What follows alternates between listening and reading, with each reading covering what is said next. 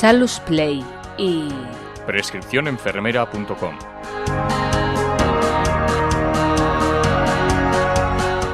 Didáctica de las prácticas basadas en evidencias. Fases y modelos. Modelos para la práctica de la enfermería basada en evidencias. Se han descrito 4 modelos de práctica basadas en evidencias, que son los más frecuentemente referenciados. Modelo de Iowa, 1994. A partir de un trigger desencadenante, se identifica un problema o necesidad de responder a una pregunta. Para ello, se realiza una búsqueda bibliográfica y si no se encuentra la respuesta, se plantea el diseño de una investigación que la dé respuesta. Los resultados de este estudio posteriormente se embeben dentro del conocimiento que ya había sobre el tema. Si no se puede realizar el estudio, se contempla la alternativa de revisar las opiniones expertas, estudios de caso, etc., y se elabora una guía que debe evaluarse y probarse. Modelo de Stettler, 1994. Parte de la realización de un estudio para responder a una pregunta y tiene 6 etapas: preparación, validación, evaluación comparativa, toma de decisión, traducción y aplicación y evaluación. Incluye también otras evidencias que hubiera sobre el tema. Modelo de Rogers, 1995. En este caso, el modelo tiene 5 etapas: conocimiento, persuasión, decisión, puesta en práctica y confirmación. Todo comenzaría con una inquietud que la enfermera puede tener por una duda generada en la práctica clínica, la lectura de un artículo o cualquier situación que le haga plantearse su trabajo, su conocimiento y la posibilidad de cambiar lo que hace. Modelo de AC-STAR, 2004. Es el modelo más actual y describe cómo el conocimiento se mueve desde la identificación del conocimiento hasta su aplicación en la práctica. Tiene 5 etapas que son: descubrimiento del conocimiento, síntesis o resumen de la evidencia, traducción en recomendaciones clínicas, puesta en práctica, evaluación.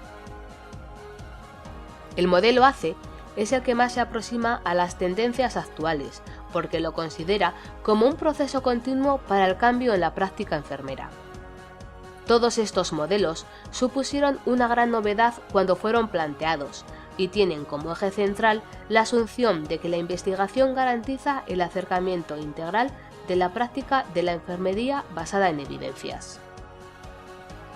El ciclo de la enfermería basada en evidencias y sus fases. Para poder explicar la metodología de las prácticas basadas en evidencias científicas y con fines didácticos, se suele describir esta metodología como un proceso dinámico y continuo de 5 fases. Estas fases surgen de la interacción enfermera-paciente y abarcan desde la identificación de una duda o necesidad de información hasta la comprobación de que resolver esa duda y aplicar los cambios que de su respuesta se derivan ha tenido unos resultados positivos. Sackett definió el punto de partida con la pregunta de investigación y así el proceso continuo con las 5 fases es: 1. Definición de la pregunta. 2. Búsqueda de evidencias. 3. Evaluación de las evidencias halladas. 4. Implementación de los cambios propuestos. 5. Evaluación de los cambios. Vamos a describir brevemente cada una de ellas para tener una visión de conjunto y a lo largo del curso iremos ampliando los distintos aspectos de cada fase. Definición de la pregunta o la puñetera pregunta pico.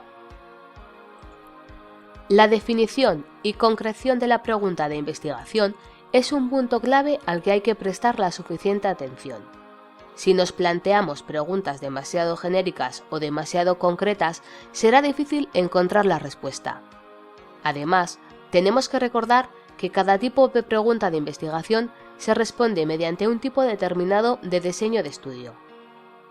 Para poder tener todas estas cosas en cuenta y que no se nos olvide incluir ningún aspecto importante en nuestra pregunta, se han descrito unos esquemas de los cuales el más habitual es el esquema PICO.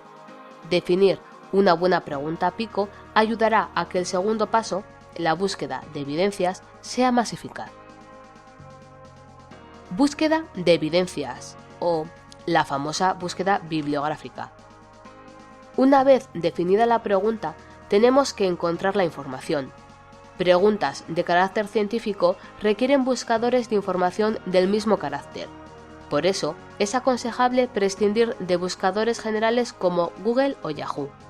En su lugar, vamos a acudir a fuentes de información documental de nuestro ámbito de conocimiento, bases de datos, repositorios, índices, etc.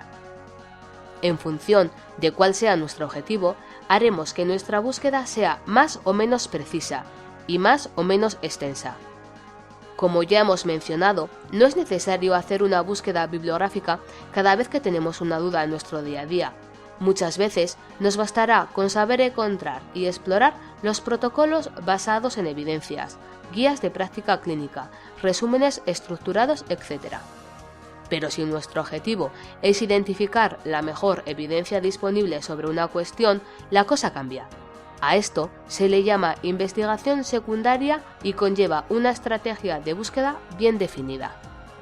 Evaluación o la temida lectura crítica.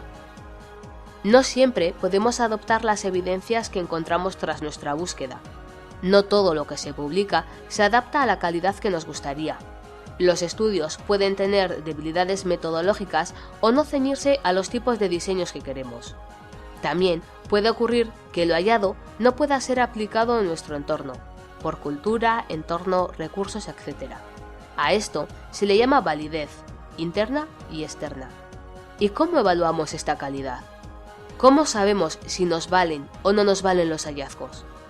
Pues leyéndolos detenidamente y poniendo el foco en una serie de puntos clave que nos van a decir si el documento que tenemos entre manos pasa a los criterios mínimos de calidad y validez externa.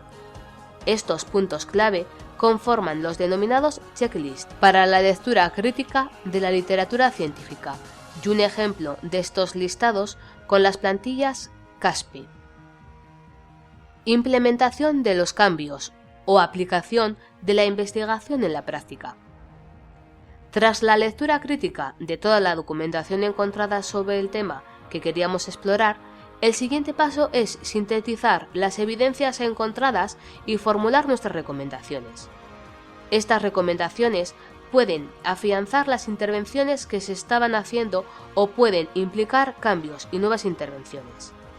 Si llegamos hasta aquí y no tratamos de llevar a cabo esos cambios, es como si no hubiésemos hecho nada. Esta fase es muy importante porque supone la aplicación práctica de la investigación en cuidados en el medio asistencial. Para poder instaurar las prácticas basadas en evidencias, contamos con herramientas como las guías de práctica clínica o los protocolos basados en evidencias. Por desgracia, la cultura del cambio es difícil de asumir, y una vez que se han interiorizado antiguos protocolos, la resistencia al cambio dificulta esta implementación. Evaluación de los cambios. Como en todo proceso asistencial, no podemos obviar la evaluación para saber si todo nuestro esfuerzo ha tenido resultados positivos o negativos. Esta evaluación no es tan sencilla, ya que se valoran los resultados tanto en el paciente y en los diferentes aspectos del paciente y su entorno, como en el sistema, costes, ahorro, etc., y en los profesionales. Aunque esta sea la última fase de las descritas, no olvidemos que hemos dicho que se trata de un proceso continuo y secuencial. Cerrado este círculo, la enfermería basada en evidencias se considera un proceso de mejora de la calidad asistencial.